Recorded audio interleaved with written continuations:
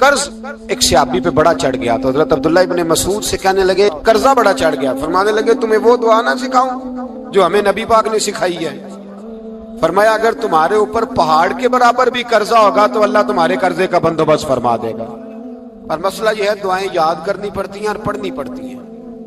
یاد کرنی پڑتی ہیں اور ہم ہیں تعویذ پہ لگے ہوئے کہ کچھ لکھ کے دے دیں تاکہ باندھ لوں.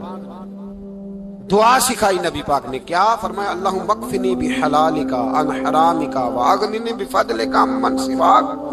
فرمایا یہ دعا مانگا کرو اے اللہ مجھے کفایت کرنے والا رزق عطا فرما اور مجھے حرام سے بچا اور مجھے اپنے فضل کے ساتھ دوسروں سے بے نیاز کر دے. یعنی اس کا سادہ ترجمہ یہ ہے کہ اللہ بندوں کا محتاج نہ کر مجھے اپنا محتاج. فرمایا یہ دعا پڑھو ادائے قرض کے لیے. ادائے قرض کے لیے یہ دعا پڑھو. اللہ تبارک و تعالی پہاڑ کے برابر بھی قرضہ ہوگا تو تمہیں اللہ اس سے نجات عطا کر دے گا. نبی پاک صلی اللہ تعالی علیہ وسلم نے ایک حدیث میں غصے کی دعا بھی بتائی ہے. ایسے میرے خیال میں لوگوں کو غصہ نہیں آتا. آج کل غصہ نہیں آتا. لوگوں میں تکبر آ گیا ہے. اپنے سے چھوٹے پہ غصہ آتا ہے, اپنے سے تگڑے پہ کیوں نہیں آتا. جس آدمی نے گلی پہ خیرات مانگنے والے پہ غصہ کیا وہ ایس ایچ او صاحب پہ کیوں نہیں کرتا. غصہ تو غصہ ہے نا, سب پہ ہونا چاہیے, لیکن بڑا سمجھدار غصہ ہے. غریب آدمی کو دیکھ کے غصہ آتا ہے, امیر آتا ہے تو غصہ نکل جاتا ہے. تو میں تو کہتا ہوں لوگوں کو غصہ, اگر تجھے غصہ آتا ہے تو مار دیوار کے ساتھ ٹکر تیرے غصے کی سمجھ آئے. یہ کس قسم کا غصہ ہے جو غریب پہ ہی ہاتھ اٹھا رہا ہے. تو خدا را خیال فرما. غریبوں کے حق میں بڑا غصہ, مجبوروں کے حق میں بڑا غصہ, ماتحتوں پر. اور اگر چودھری صاحب آ جائیں تو پھر بہانہ بنا لیتے, کہتے غصہ تو میں تو بڑا آیا سی, پھر میں کیا اور میرے گھر آیا ہے, پھر بہانہ بنا لیا. ایسے نہیں کرو. نبی پاک صلی اللہ علیہ وسلم نے دعا سکھائی بخاری میں. فرمایا جب غصہ آئے تو پڑھا کرو اعوذ باللہ من الشیطان. آتی ہے نا دعا ماشاءاللہ, اعوذ باللہ من الشیطان.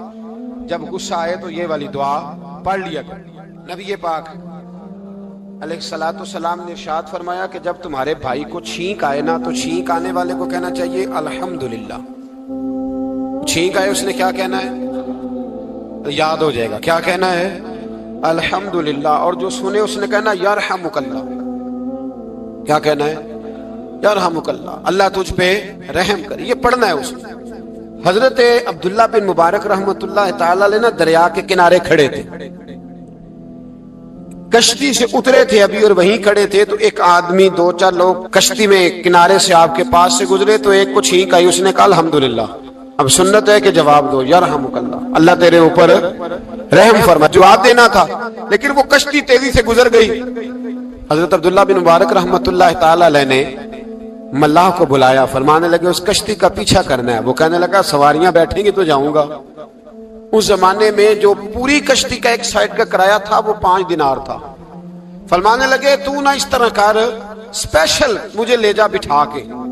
کیا لے گا, اس نے کہا 20 دینار لوں گا. فرمایا 20 ہی دوں گا. اس کشتی کا پیچھا کیا اور جس آدمی کو چھینک آئی تھی نا اس سے جا کے یرحمک اللہ کہا. اس نے جواب میں جزاک اللہ کہا. تو آپ فرمانے لگے میرا کام ہو گیا, واپس چل. ملا دنیا دار تھا, وہ سوچنے لگا. پہلے تو اس نے سوچا میرا کیا ہے, 20 دینار تو ان کے گئے ہیں. لیکن جب اترنے لگے نا تو 20 دینار دیے یا 20 درہم دیے.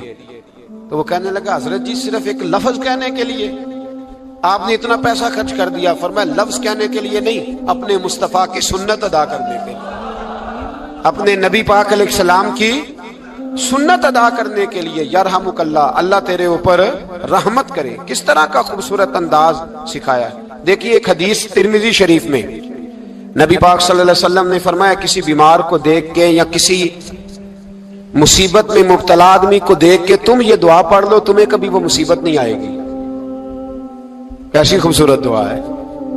کسی مصیبت زدہ کو بیمار کو دیکھ کے پڑھو تمہیں کبھی وہ مصیبت. الحمدللہ الذی عافانی مما ابتلاک بہ وفضلنی علی کثیر ممن خلق تفضیلا.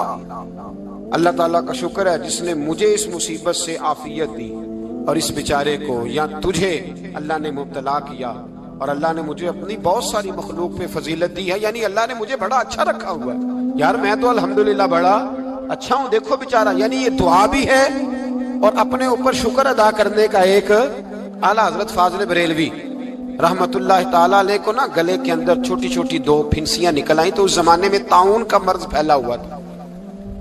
ایک بڑے قابل حکیم کو لایا گیا، انہوں نے چیک کر کے کہا آپ کو تو طاعون ہو گیا ہے، فرمان لے کہ چل دوڑ جا، مجھے طاعون نہیں ہو۔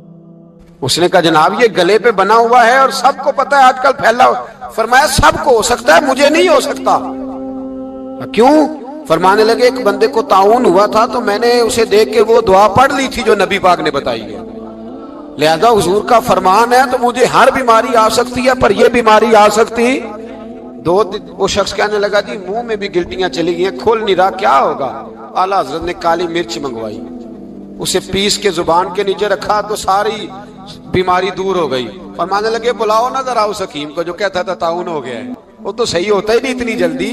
فرمایا ہر چیز بدل سکتی ہے پر میرے نبی کا فرمان نہیں بدل سکتا، میرے رسول پاک علیہ السلام کا فرمان نہیں بدل سکتا۔ تو عزیز دوستو، نبی پاک اب بڑی خوبصورت بات آئی، ساری خوبصورت تھی، بڑی پیاری بات آئی۔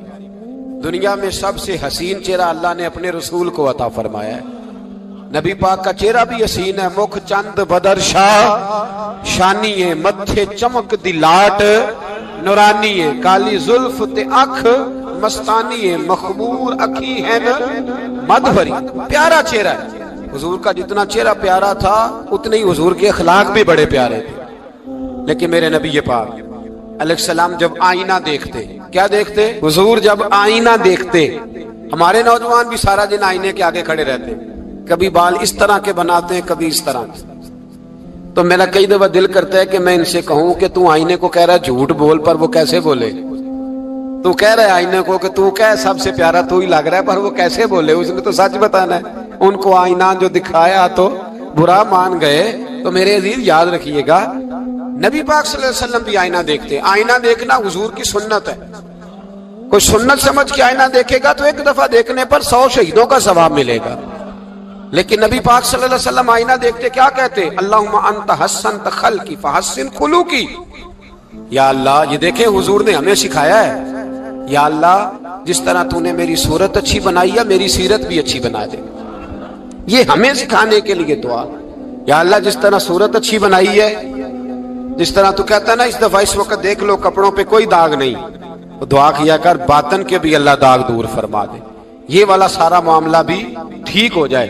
آخر کی طرف آتا ہوں، فرمایا جب کھانا کھانے لگو تو دعا مانگو، اور ایک روایت میں فرمایا یہ دعا پڑھ لو، کھانے میں زہر بھی ہوگا تو تم پہ اثر نہیں کرے گا۔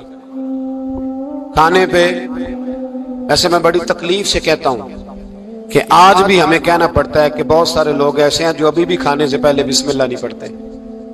یار بڑے افسوس کی بات نہیں، بڑے افسوس کی۔ حضور نے دعا سکھائی، میں یہ دعا پڑھو گے تو زہر بھی ہوگا تو اثر نہیں کرے گا۔ بسم اللہ الذی لا یضر مع اسمہ شیء فی الارض ولا فی السماء یا حی یا قیوم، جس کی برکت سے زمین و آسمان میں کوئی چیز بھی نقصان نہیں دیتی، اور اے اللہ اے ہمیشہ زندہ رہنے والے اور قائم رہنے والے۔ یہ نبی پاک علیہ السلام۔ اور ایک حدیث میں اور بھی دعا آئی ہے، بسم اللہ شریف تو خیر بخاری میں موجود ہے، مسلم میں موجود ہے، بسم اللہ وعلی برکت اللہ بھی ایک حدیث میں نبی پاک صلی اللہ علیہ وسلم نے ارشاد فرمایا۔ اور جب کھانا کھا چکے پھر کہا دعا مانگو، الحمدللہ الذی اطعمنا وسقانا وجعلنا من المسلمین۔ اللہ تعالیٰ کا شکر ہے جس نے ہمیں کھلایا بھی، پلایا بھی اور مسلمان بھی بنایا۔